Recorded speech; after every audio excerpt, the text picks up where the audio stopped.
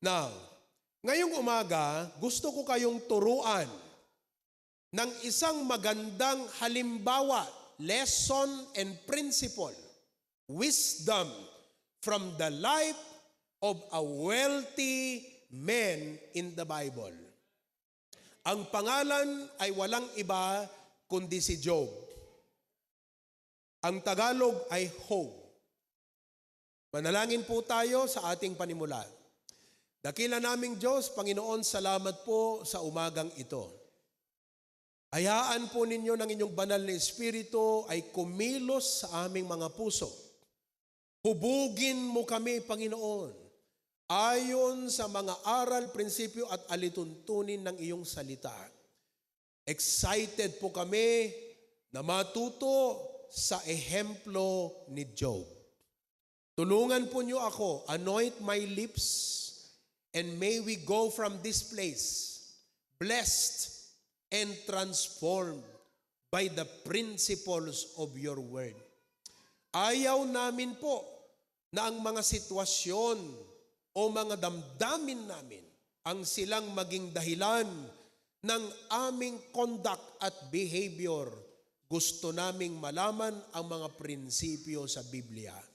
In Jesus' name we pray. Amen. Ang title po ng ating lesson ngayong umaga ay Timeless Lessons from Job's Worship. Pag sinabi po nating timeless, ibig sabihin, lumipas man ang panahon at dumaan ang iba't ibang sibilisasyon, henerasyon, lahat ng ito'y iba-iba. Subalit ang mga prinsipyong ito nananatiling karunungan na dapat isaalang-alang ng bawat anak ng Diyos sa kanyang pagsasamba sa Diyos. Mukhang mahaba yon. Generations come and go and civilization change. But these principles remain to be the wisdom that every one of us must learn to practice to become good worshipers of God. Noong pong linggo ay aking tinalakay yung wisdom na kung papaano ng isang taong marunong ay magagawa niyang ibalanse ang work at worship. Maraming taong magaling pagdating sa trabaho, pero hindi magaling pagdating sa pagsamba. Ibig sabihin, hindi po balanse ang karunungan sa kanila. One-sided at may loophole. Kaya dito sa ating pag-aaral, ay tinatalakay po natin ang wholesome wisdom. Everybody, wholesome. Anong ibig sabihin ng wholesome? Nung ako po'y bata, may paborito akong pagkain, chisam. O ngayon naman, wholesome. Ang ibig sabihin ng wholesome, balancing approach sa buhay. Hindi po pwede na magaling ka lang sa trabaho. Alam ko marami sa atin dito magaling sa trabaho. Madiskarte sa trabaho. Mga kapatid, hindi ka lang sana magaling sa trabaho. Dapat magaling ka ring magsamba sa Diyos. So tinatalakay natin ang balanseng pamumuhay ng work at worship. Ngayon, si Job ay isang magaling na tao. Hindi lang sa aspeto ng trabaho, kundi sa kanyang worship. Papansinin natin, huhukayin natin, tatalakayin natin ang galing ni Job sa larangan ng pagsamba sa Diyos. Ngayon, meron pong dalawang prinsipyo na aking ituturo sa inyo mula sa buhay ni Job. Ready na ba kayo? Number 1. Ilalahad ko sa inyo ang prinsipyo. Number 1, character before wealth. Ito po ang timeless principle na nais ng ating Diyos na aralin at ipamuhay nating mga anak po niya. Character first before wealth. Ang ibang tao, walang pakialam sa karakter, basta may wealth. Kaya naglalabasan ng mga problema natin sa gobyerno. Kasi ang utak ng tao, puro wealth, no character. Never mind character, basta may wealth. Kung yan po ay kalakaran ng mga tao sa mundong ito, tayong mga anak ng Diyos ay hindi dapat sumang-ayon at tumulad sa ganyang kalakaran ng mga tao sa mundong ito. Nung una siguro ganun tayo, pero ngayon na-save na tayo. Tinanggap natin si Jesucristo. If any man be in Christ, he is a new creature. Kaya't pati prinsipyo sa buhay ay binago na rin. Ang dapat tutunan natin ay ano po? Character first before wealth. Ngayon, gusto kong basahin sa inyo ang Job chapter 1, verse 1 to 3. Ganito ang sabi ng Bible. Chapter 1, verse 1. Basahin natin lahat. Ready, go. There was a man in the land of Uz whose name was Job. And that man was perfect and upright, and one that feared God and eschewed evil. Mga kapatid, hindi po maliliit na salita iyan. Yan ang nagbibigay ng kalidad sa buhay mo at sa buhay ko. Ulitin ko po, itong mga salitang ito ang nagbibigay ng tunay na kalidad. Everybody say kalidad. Kung bumili ka ng ginto, mukhang ginto pala, hindi naman totoo, walang. So may mga tao na mukhang Kristiyano, pero dahil walang ugaling Kristiyano, walang kalidad na Kristiyano. Gusto kong i-point out sa inyo na sa mga tao ng mundo, ang kanilang mindset, ang kalidad mo at respeto sa iyo, depende sa yaman mo. Kaya ang daming mga tao, porque mayayaman, ang psychological nature natin, ginagalang ang mayaman. Inaalipin ang mahirap. Hindi po ba? Pag siya'y may magandang sasakyan, magandang bahay, parang sila po yung mga malalaking tao. Pero huwag kayong mai-intimidate doon. Huwag kayong mai-inferior doon sa ganon, mga kapatid. Huwag kayong sumabay sa ganong isipan na kung yung kapitbahay mo, malaki ang bahay, maraming pera, at mukhang successful, prosperous, materially speaking, parang ang liit ng tingin mo sa sarili mo. Huwag po kayong ma-inferior doon, mga tupa ng Diyos. Sapagkat ang babasahin ko sa inyo, tignan nyo verse 1, yan po yung karakter ni Job. Ngayon, dumako tayo sa verse 2. Ang sabi ng verse 2, there were born unto him 7 sons and 3 daughters. Number 3, ito na. His substance also was 7,000 sheep. Can you imagine that? Ilan ang kambing na alaga nyo? Sino sa inyong may alagang tupa? Ba? Mga kapatid, si Job ay meron po siyang 7,000 sheep. Kung may 7,000 tupa, imagine nyo kung gaano kalawak ang kanyang pasture. Parang buong sentro ng Bakara na puro damuhan. Yan lamang po'y pasture ng kanyang mga tupa. Hindi po ba siya mayamang tao? Ituloy natin. Ano pa ang yaman niya? 3,000 camels. 3,000 kamelyo. My goodness. Baka buong Lawag City, kamelyo lang ang laman kay Job. Parang may-ari po siya ng 2 syudad na puro damuhan. Can you imagine? Di ko maisip to, mga kapatid. Yung supply lamang ng damo, malaking problema. 3,000 nakakain ng damo, paiinumin mo ng tubig, ilang galon ang naiinom, Brother Roldan. Salamat, Brother Roldan. Mula noon hanggang ngayon, libre ang tubig dito sa kapilya. God bless you, Brother Roldan. Pinapainom niya ang mga kamelyo dito. Amen.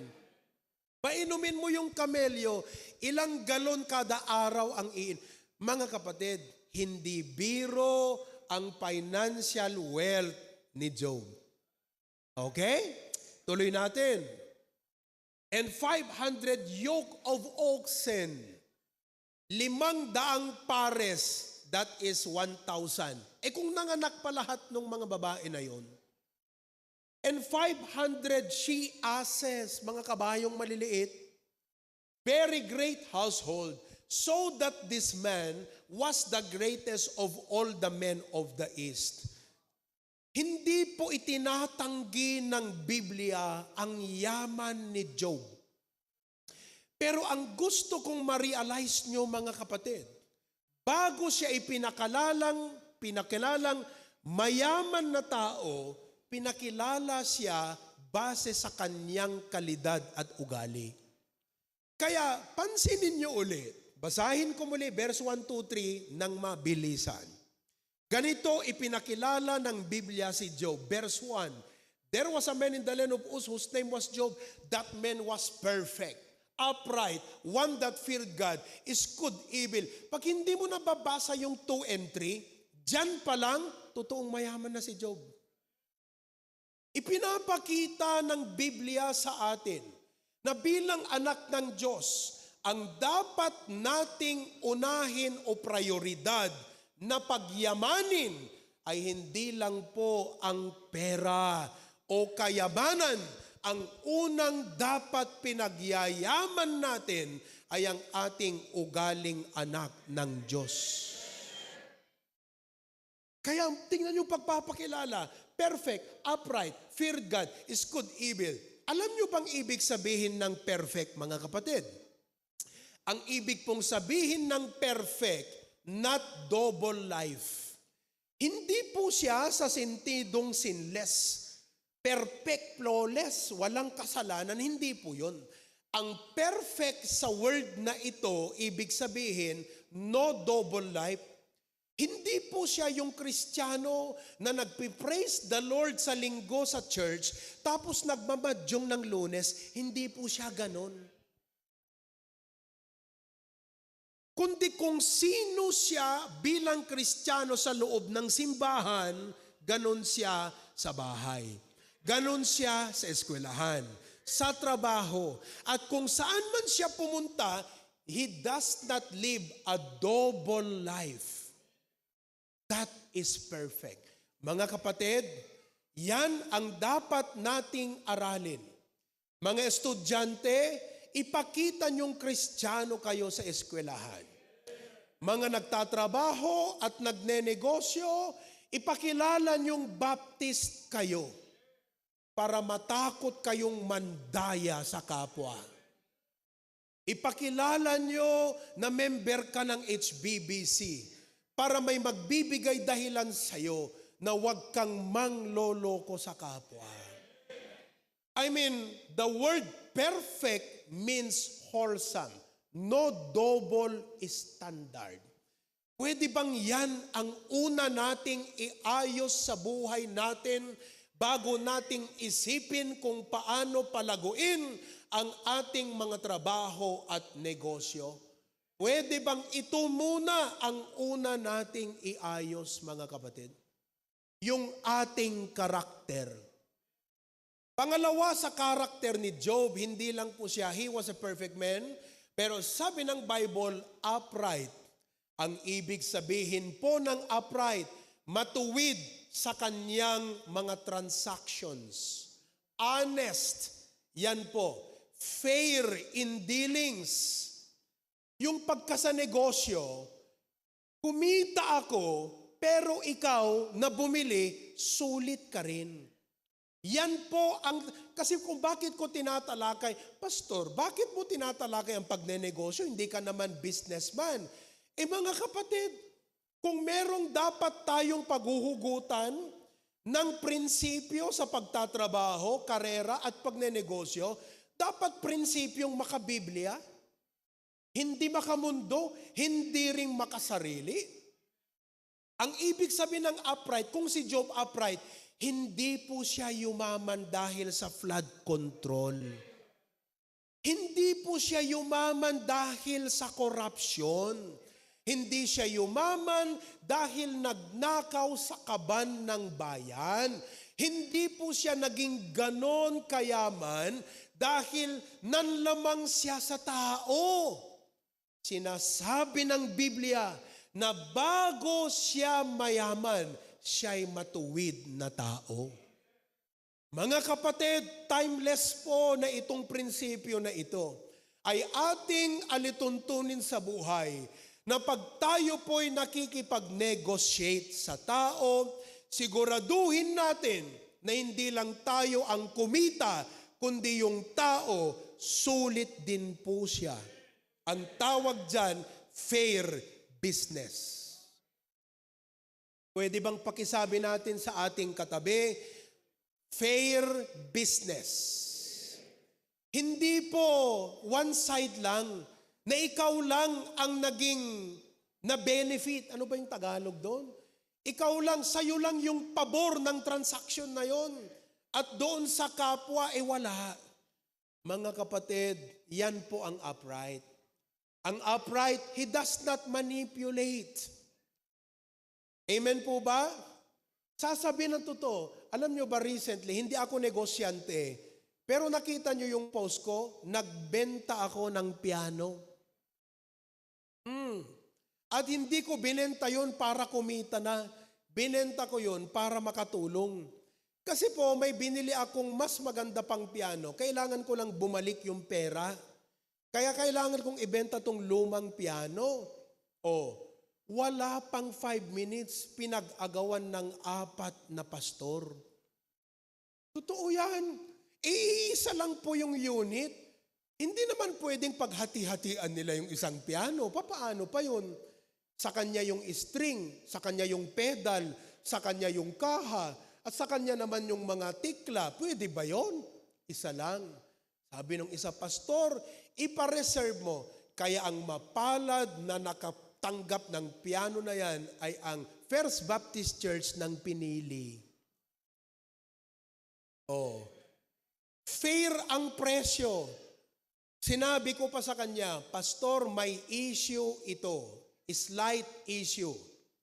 Ang issue niya, nung binili namin, may gas-gas. Sa hiya, nung nagbenta sa amin, pinahiloks, nawala yung piano finish kako. Pero kung tunog, Pastor, musician ako, may i-recommenda ko sa'yo. Biruin niyo ang sabi niya, alam mo, Pastor, kaya nga hindi na ako nagdalawang isip. Kasi nagtitiwala ako sa kung sino ka. Can you imagine that, mga kapatid? Alam niya yung aking skill sa music na pag ako bumili ng piano, hindi basta-basta, dun siya nagtiwala. Kaya napakaganda po na ang totoong yaman natin ay hindi po sa dami ng pera na nakubli natin, kundi yung tiwala ng tao sa atin. That's why character first before wealth. Yan po ang prinsipyo ng Diyos sa ating mga anak niya, mga kapatid. Honest ako. Kayo ba honest kayo pag nagbebenta? O sinasabi nyo lang okay kahit hindi? Are you listening? Ngayon, ano sagot sa akin? Okay lang yan, Pastor. Pintura lang yan. Ang mahalaga, maganda ang tunog by your recommendation. Pastor, I can recommend this to you. Kasi kung sa akin lang, for keeping ito, kaya lang may bago akong pianong binili. Kaya kailangan kong i-dispose. Pumunta, pagdala nagpicture, sinadala sa akin, tuwang-tuwa, Pastor, dream come true. Amen. O ito pa ang sabi ko sa kanya, Pastor, within 1 year, pag napansin nyo na may sintonado at napansin nyo na medyo hindi maayos, sabihin mo sa akin, aayusin ko yan, 1 year warranty. Kayo ba nagbibigay pa ng warranty sa mga binebentahan nyo? Pwede na ako magnegosyo ng piano Mag-buy and sell ng piano. Kasi po mga kapatid, hindi po tayo pera-pera. Karakter ang mahalaga. Naunawaan nyo ba mga kapatid? Kaya ang upright, fair in dealings, does not manipulate, does not cheat. Hindi mo dadayain. Hindi ko dinaya, honest ako. Pastor, at dapay kwa disirog na agsalsaluyab-yab, si kantot mangipagketen ko na. Kasi nga luma at agsalsaluyab-yab. Pagbenta ka, be honest. Ngayon, kung hindi mo kayang aminin ang bagay na ibenta mo na may issue, huwag ka magbebenta ng may issue. Pag binenta mo, siguraduhin mo walang issue kung hindi mo kayang ibenta na honest ka. Sapagkat sa Kristiyano, hindi lang po wealth ang habol natin. Character ang una nating iayos. Character first before wealth.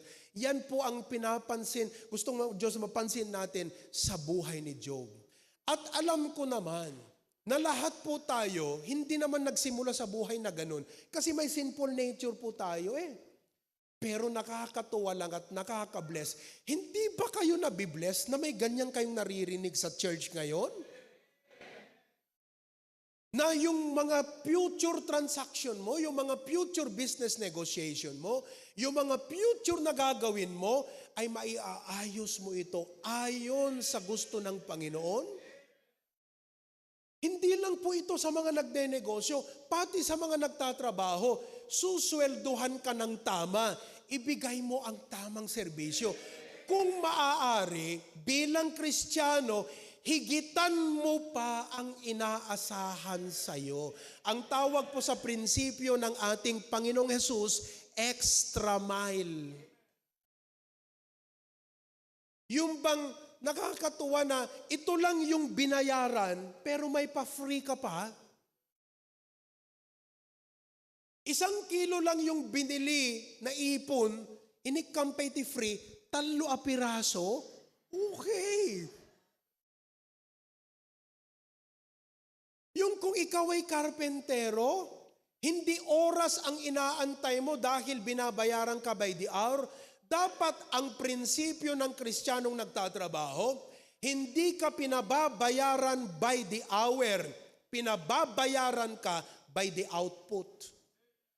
Ibig sabihin, sa loob ng 8 oras, ang expected sa iyo, level 10 na output. Ang ibibigay mo, level 12 kung kaya mo.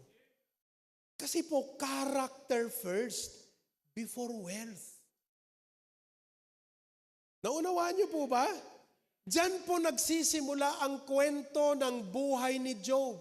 Kaya kayo po na nagtatrabaho sa mga opisina, pagbutihin po ninyo yan.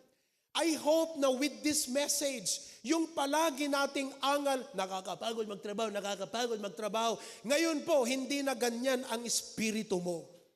Sa bawat umagang pumasok ka sa trabaho, dapat may joy sa puso mo. Panginoon, alang-alang sa iyo, ibibigay ko ang best ko sa trabaho ko. Whatsoever you do, do it heartily as to the Lord and not unto men. Hindi na po yung puro angal ka pag nagtrabaho ka. Learn the secret of joyful service because you're doing it for the Lord. Character first before wealth. Ngayon po, ituloy natin ang pagbasa ng verse. Verse 1 ay, yun yung character ni Job. Sa verse number 3, yun po yung wealth ni Job. Meron pang isa na gusto kong makita nyo, mga kapatid. Ito ay ang verse number 8. Ang verse number 8 ay kwentuhan ng Diyos at ang demonyo. Imagine po, nagkwentuhan ang Diyos at demonyo at ang pinag-usapan si Job. Alam mo ba, pinag-uusapan ka ng dyablo. Hello? Sabi mo sa katabi mo, subject ka ng mga demonyo. Tignan nyo po sa verse 8. Ganito ang sabi. Lahat tayo magbasa. Ready, go. And the Lord said unto Satan, Hast thou considered my servant Job, that there is none like him in the earth, a perfect and an upright man, one that feareth God, and escheweth evil?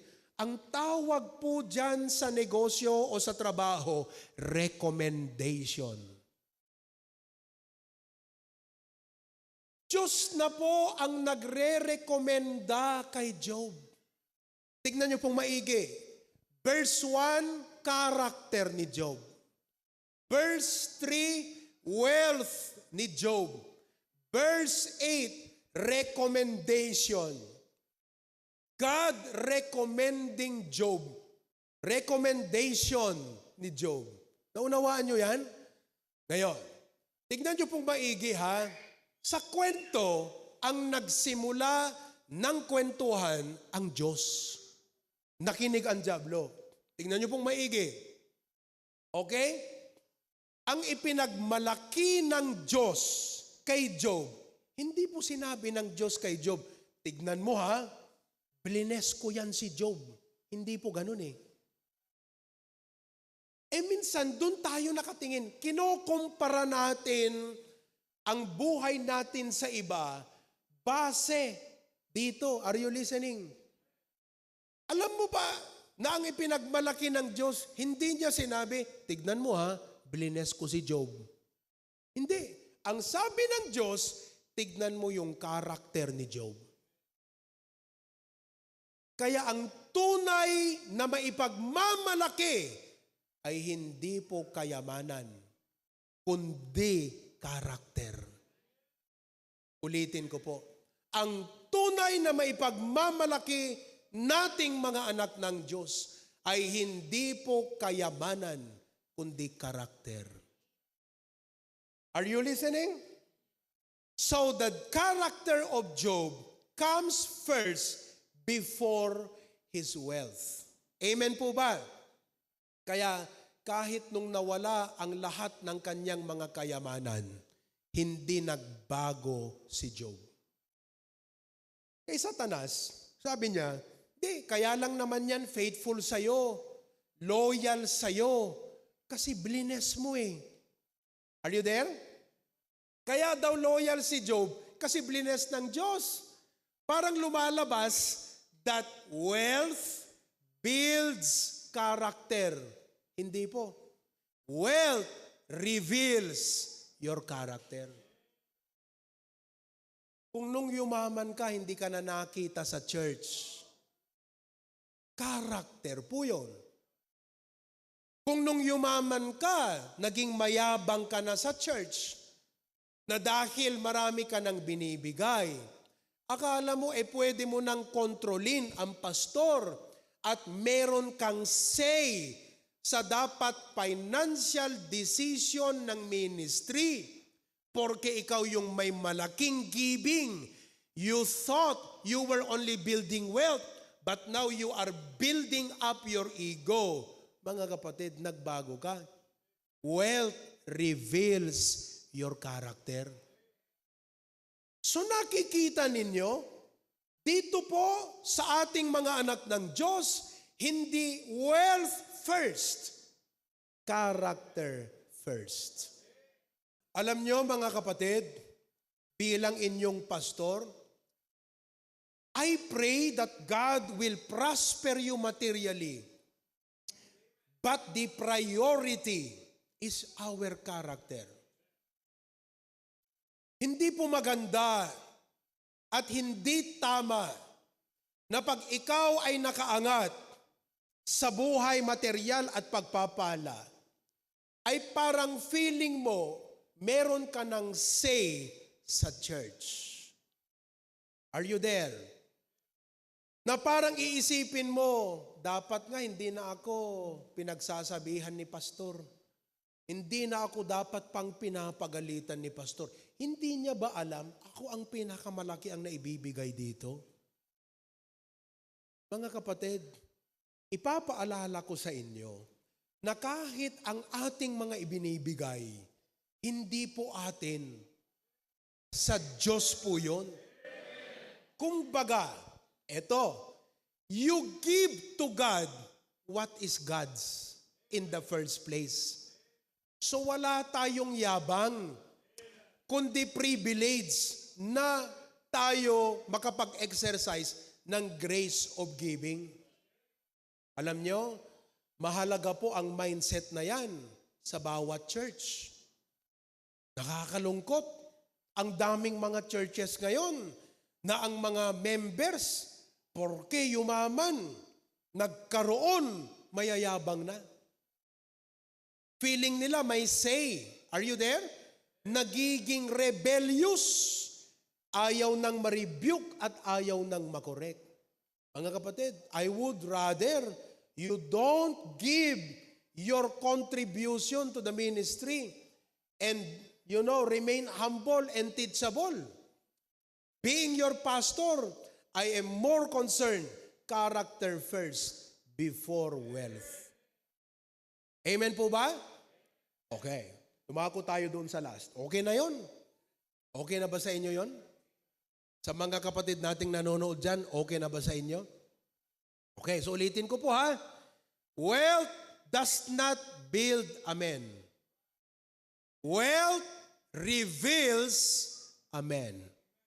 Pag ang tao humble, kahit yumaman, humble yan. Pag ang tao ay mayabang na, lalong may pagyayabang pag siya'y yumaman pa. Character first before wealth. Pangalawa, ito yung pinaka-main, but dito ako magtatapos. The second lesson that we can learn from Job is number 2, sovereign ownership principle. The sovereign ownership principle was the foundation of Job's worship.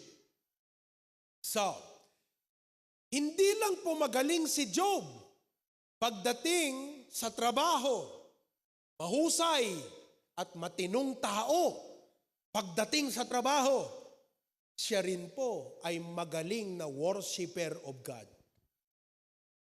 At makita natin, ang galing niyang mag-worship sa Diyos dito sa nangyaring trahedya sa kanyang buhay.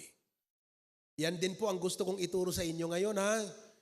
Na magaling tayong mag-worship sa Diyos katulad kay Job sa trahedya ng buhay. Ngayon, yung verse, anong verse ba yan? The Lord gave and the Lord had taken away. Lagay mo nga sa screen. Tingnan nyo. Verse 22. Everybody, read. Go. Out of my mother's womb, and naked shall I return thither. The Lord gave, and the Lord hath taken away. Blessed be the name, mga kapatid. Alam nyo ang prinsipyo, wisdom dito? Nung binigyan siya ng Diyos, the Lord gave, nag-worship siya. Marami po mga Kristiyano, pag pinagpala, hindi mo na makita sa church eh. Pero ang ganda po kay Job. Sana mga kapatid, aalalahanin mo lagi na pag ikaw ay umaakyat sa material na prosperity ng buhay mo, sa bawat yugto ay lagi mong i-worship ang Diyos. Sabi niya, the Lord gave. Naunawaan niyo po? Tapos ang sabi niya, the Lord taketh away. Pakinggan niyo. Nung siya binigyan ng Diyos, nag-worship. Nung kinuha ng Diyos, nag-worship pa rin. Kaya magaling siyang worshiper. Teka, i-point out ko sa inyo to ha. Kasi most people, maraming mga believers, pag sila po ay na-disappoint, na-discourage, sino sa inyo ang na-discourage na? Na-disappoint, nawawala yung kanilang life of worship. Kaya dito ko po gustong i-point out yung galing ni Job sa worship kasi sabi niya, the Lord gave. Everybody say, the Lord gave. Ibig sabihin, kung sa linggong ito, malakas ang kita, iba yung saya mong mag-worship. Paano kung mahina ang kita? Malungkot ka na bang mag-worship? Mga kapatid, hindi maikakaila na si Job ay nag-grieve. Ano ba sa Tagalog ang grieve? Nagluksa si Job. Kasi ang sabi ng Bible, he shaved his head. He rent his mantle, but he did not allow emotionalism to take place in his heart. He grieved, nagluksa. Subalit po, he bowed his head to the ground and worshiped God. Verse 21. Sa kanya sinabi, the Lord giveth, the Lord taketh. Blessed be the name of the Lord. May dalawa pong gustong i-point out ko sa inyo rito. Sundan niyo pong maigi. Una, yung ownership principle. Everybody say ownership. Alam mo kapatid, kailangan kasing i-establish natin sa ating isip na kung ano man ang meron sa iyo ngayon, hindi iyo sa Panginoon. Kasi pag kinuha at pag nawala, hindi mo lang siya titignan na nawala. Ang dapat tingin mo, luha. Iba po yung tingin ng tao sa sitwasyong nawala. Pag nawala, madi-discourage ka. Pag kinuha, thank you Lord ha, pinahiram mo. Ikaw ba pag nawalan, ang tingin mo ba nawalan ka lang o kinuha yung nasa iyo? Mahalaga po yan. Are you there? Kung mahal sa buhay ay nawala sa atin, namatay na. Halimbawa, we have brethren who grieve recently. We have a lot of families. For the past months, ilang families po ang nag-grieve sa ating church. Hindi po sila nawala. Sila po ay kinuha. As nawalan, there is grief. Pero as kinuha, may pasasalamat. Kasi po, ipinahiram lamang sila ng Diyos sa atin. Ang ating mga magulang, ipinahiram ng Diyos. Kaya pag sila po ay halimbawa mamatay, huwag mo lang isipin na ikaw ay nawalan, kundi kinuha ng may-ari. Kaya dapat magpasalamat ka, sabi mo, Lord, salamat na ipinahiram mo. Yun po yung mahalagang sikreto at punto sa isip ni Job. Halimbawa, trabaho, tinanggal ka, hindi ka lang tinanggalan, kinuha ng Diyos yung trabaho mo. Pinahiram niya yun. At hindi niya kinuha dahil hindi kanya mapagkatiwalaan. Gusto kanyang lamang i-test. Ano ba sa test ang Tagalog? Gusto niya tayong subukin kung tayo ba'y loyal at faithful sa Kanya. Are you following here? Okay. Another word that I want you to observe in my point is not only ownership. Everybody say ownership. Kaya ulitin ha.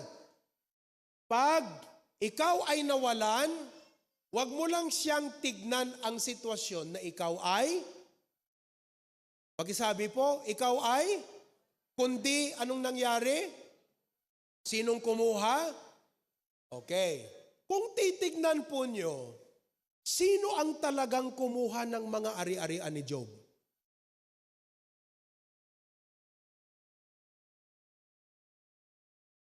Sino ang kumuha? Isa-isahin natin ha. Alam nyo ba ang kumuha ng kanyang mga sheep? Ang kumuha ng kanyang mga sheep, sino? Sabaeans. Kinuha ng mga Sabaeans yung kanyang mga oxen. Sabaean. Sila po yung pumunta, kinuha lahat yun, yung 500 yoke of oxen. Sino ang kumuha ng kanyang mga camel? Yung iba sa inyo, ang camel ninyo, lutuan eh. Kaserola at banga, camel eh. Sino sa inyo may ganong brand pa rin ng lutuan? Camel. Ayaw niyong umamin. May camel din kayo. Pero si Job, yung kanyang 3,000 camels, sinong kumuha? Chaldeans. Malamang unfair ang pagkawala sa'yo ng bagay na yan. Pero kay Job, hindi niya po tinignan na ang Chaldean at Sabaean ang kumuha. Ang agad niyang sinabi, kinuha ng Diyos. Ang tawag dyan, sovereign ownership mindset. Kasi pag hindi nyo nakita ang Panginoon na siyang may kilos, akda at permission sa lahat ng mga pangyayari sa buhay mo, magagalit si Job sa mga Chaldean.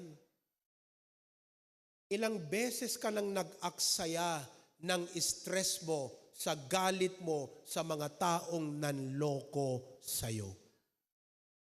Na-stress ka lang, hindi ka naman dapat na-stress. Pwede namang ma-stress si Job, sabihin niya, pampirang mga Chaldeans na to, hindi ba nila alam akong pinakamayaman? Nananatili po siyang mayaman, ha? Hello? Gusto ko lang ipakita po sa inyo ang isang wisdom na ibang level ng mindsetting sa tao ito, kapatid. Pwede niyang sabihin, ikokorte ko itong mga Sabaeans na to, ha? Pira, kaala nila, ha? Kaibigan ko, ang mayor dito. Ang judge ng pinakamataas na korte rito, kumpadre ko yan. Mga kapatid, kung ikaw ay nasa katayuan ni Job, sinong mataas na tao ang hindi mo kumpadre? Kayo ba may kumpadre kayong judge? May kumpadre ba kayong chief of police? May kumpadre po ba kayong gobernador, congressman, mayor? Sino po? Taas ang kamay. Talagang hindi na tayo mag-iisip pa. Pero kung nandun ka sa lagay na ganon, may kapangyarihan ka, hindi ba magagalit ka sa mga tao? Pero tignan niyo po ang response ni Job. At dyan tayo madalas nasisira sapagkat wala tayong divine ownership principle. Yung bang sa simpleng bagay, bahala ka na Panginoon, ikaw ang kumuha eh. Although siya ang gumawa ng masama sa akin, I take it as your will. Yung mga ganyang mindset ang pumuprotekta at nagpipreserba sa puso nating huwag masiraan ng bait. Kaya naman tayo lumalabas na uli yung pagkakarnal natin, lumalabas na uli yung nature na makasalanan at makademonyo. Kasi po, hindi natin tinitignan ang mga pangyayari na akda ng Diyos. Tinitignan natin base sa sitwasyon at kung sinong gumawa sa iyo. It's a principle you need to learn from Job. That's why his worship was pure. His worship was genuine because of the ownership principle. Naunawaan po ninyo? Kinuha ng mga Chaldean, kinuha ng mga Sabaean, at ang hindi niya alam, kinuha ni Satanas. Pero ano ang sabi ng bunganga ni Job? The Lord taketh. Masasabi mo ba yan, kapatid? Na pag yung ang ganda-ganda ng pananim mong bawang, biglang may loko-loko kang kapitbahay. Sinira, pinoyson ng lahat ng bawang mo. Magagalit ka doon, hindi ba? Pero pwede mo bang sabihin, Panginoon ang kumuha nito? Hindi, sasabihin mo, paano Panginoon ang kumuha rito? Demonyo ang utak ng tao na kumuha nito. Satanas ang taong gumawa nito. Hindi ba ganun ang ginawa kay Job? Satanas ang gumawa. Pero ano ang sinambit ni Job? Panginoon ang kumuha. Diyan tayo nasisira. Diyan lumalabas yung ugali nating masama. Diyan lumalabas yung carnality natin. Kasi po, dapat pala nating pag-aralan ang ownership principle of God. Sa Diyos ang may akda ng lahat.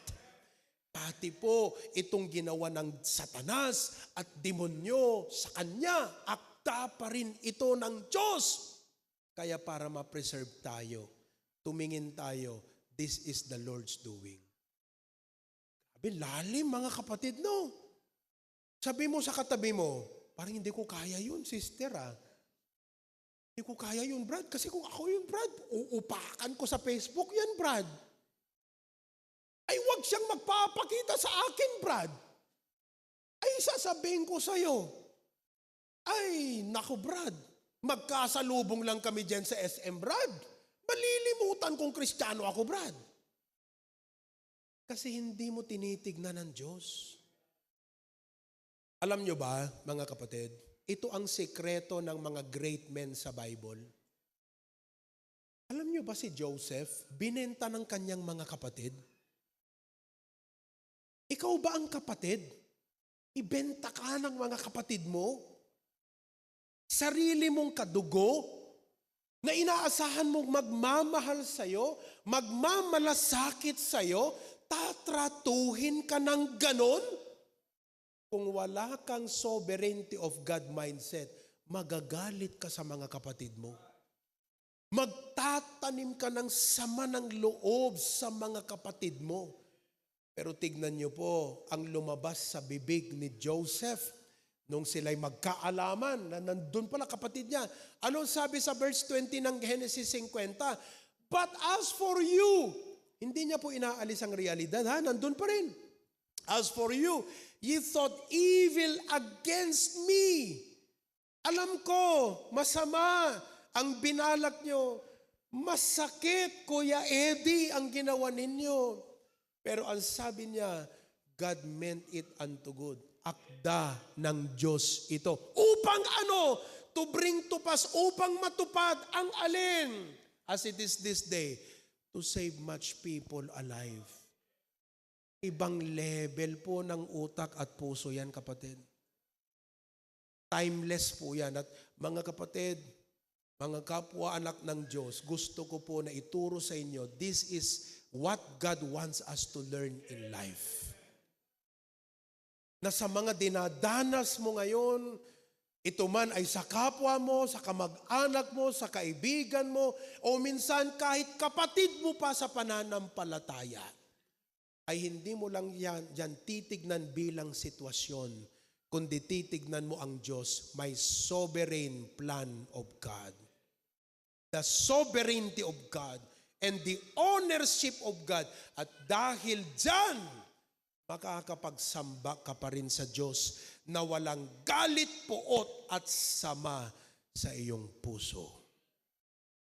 That's the worship of Job. Amen po ba? Ano ngayon ang tatlong matututunan natin dito? Can you put those three? Failures ng maraming believers. As I close, the three failures of many believers. Number one, many believers fail in number one, they build wealth before character. Kaya unahin natin ang character, ha?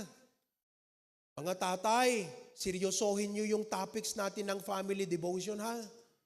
Mga character yon. Integrity, stewardship, diligence, gratitude, contentment. Yan ang dapat nating ihubog sa ating mga anak. At sasabihin ko sa inyo, ang pagyaman ng anak mo, ang pagsaksid ng anak mo, kahit hindi mo kailangang pangarapin. Pag-aralan mo lang paano maging aprobado ang anak mo sa harapan ng Diyos. Itataas at itataas ng Panginoon yan. Just learn how to train and lead our children to live approved before God, and God will be the one to elevate our children. Amen po ba? Hindi mo kailangang itaas ang sarili mo. Kailangan nating i-aralin itong character. Number 2, many believers fail. Number 2, they build security in possession instead of God. Kaya alam nyo, kahit nawala yung kayamanan ni Job, hindi po siya na-insecure. Alam mo, pag ikaw ay naging failure, ayaw mong malaman ng tao.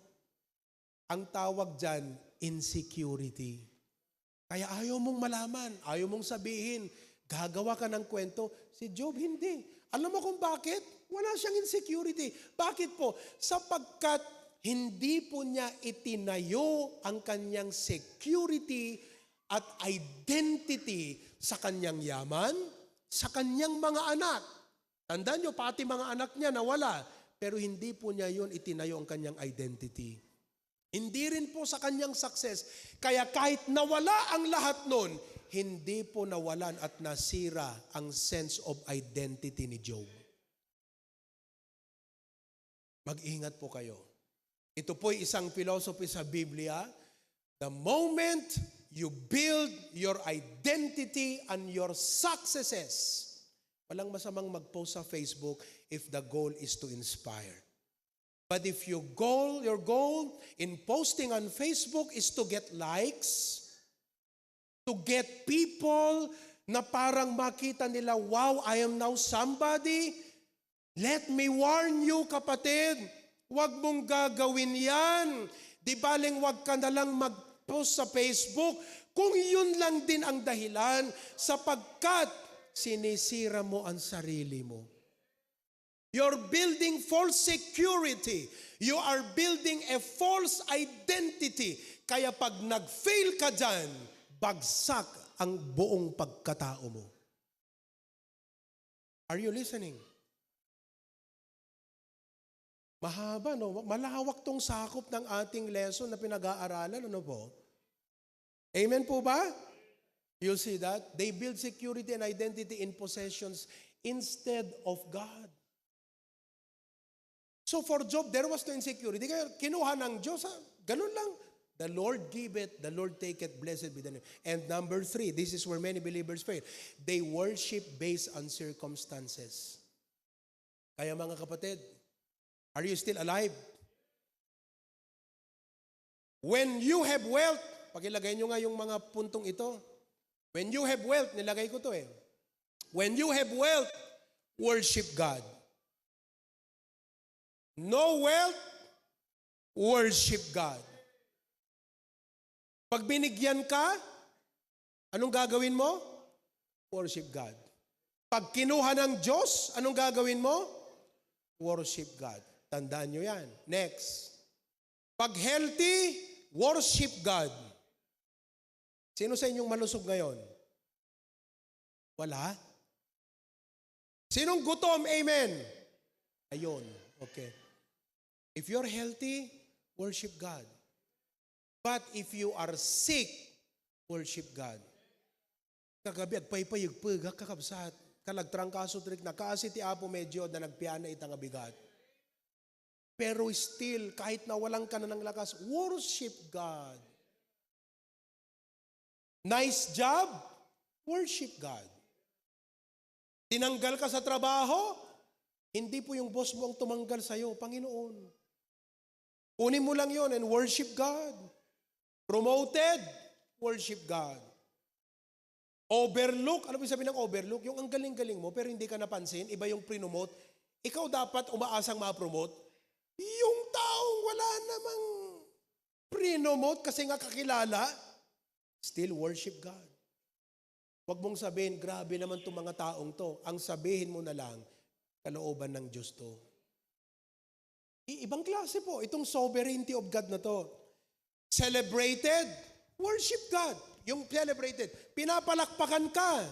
Pag pinapalakpakan ka, ibigay mo sa Diyos ang papuri. Kung hindi ka na pinapalakpakan, ibigay mo pa rin sa Diyos ang papuri sa Kanya. Puno yung bank account mo ng pera, worship God. Kung negative na, worship God pa rin. May nakuha kayong maraming isda, worship God. May sanga ipon, worship God pa rin. Answered prayer, worship God. Delayed answer, worship God. Nakikita nyo, these are only circumstances of life. Open doors, worship God. Kung closed, worship God. Panginoon, ikaw ang nagsara. Thank you, Lord, ha? Binuksan. Salamat, Lord. Binuksan mo yung pintuan, ha? Amen? With recognition sa eskwelahan, worship God. Wala kang recognition, worship God pa rin. Delikado kung yan ang identity mo, recognition lang. Kasi kung wala ka ng recognition, babagsak ka. Maguguho ka. Kaya mahalaga po, matutunan natin itong lesson kay Job ngayong umaga. Amen? 3 lessons to learn as I close. Basahin na natin. Number 1. 3 lessons to learn. 1. Everybody read. Build character before. Sasabihin ko po sa inyo, may kapangyarihan ng Diyos na bigyan ka ng success. Pakisabi mo nga sa katabi mo. May kapangyarihan ang Diyos na bigyan ka ng success. Uray liklik likam isabat ti Diyos. Ngem uray sabat-sabatem iliklik ti Diyos no hanakayta itod kingga. Are you there? Kaya before success, build character. I hope ito po'y i-meditate natin pag-uwi. Kaya bukas ha, pag kayo papasok sa trabaho, mga kapatid, huwag mandadaya. Okay? Number 2, anchor security and identity in God's sovereignty. I'm just a steward of God. Pag kinuha niya ito, karapatan niya. Pag hindi niya binigay ito, karapatan niya. Kung hindi niya grinant yung hinihingi ko, karapatan niya yun. Kung hindi nabuksan ang pinto ang gusto kong mabuksan, karapatan niya yun. Kung gusto kong maging healthy pero nagkasakit ako, karapatan pa rin ng Diyos. Sovereignty of God. Kaya pag ganyan ang mindset mo, hindi ka guguho, kapatid. Number 3, worship must survive loss. The Lord giveth, the Lord taketh. Blessed be the name of the Lord. Sino po ang merong aral na napulot sa preaching ngayon? Taas ang kamay. Grabe.